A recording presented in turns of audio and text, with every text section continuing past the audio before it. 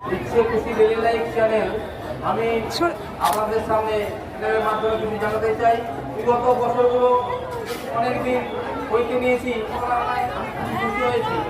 এখানে পরিচ্ছন্ন এত সুন্দর হয়েছে, আমাকে আপ্লুত করেছে। এই জন্য এখানকার কমিটি, মন্দির কর্তৃপক্ষ, প্রশাসন, বোর্ড এবং যেসব ভাইরা মন্দির কিপিং করছেন তাদের সবাইকে জানাই এই শুভেচ্ছা ও অভিনন্দন।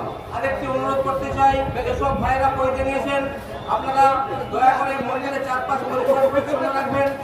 যখন মায়েরা চারপাশে বসে থাকবেন আমরা অযথা ধূমপান করবেন না। ধূমপান থেকে মায়েদের বোনদের প্রচন্ড কষ্ট হচ্ছে।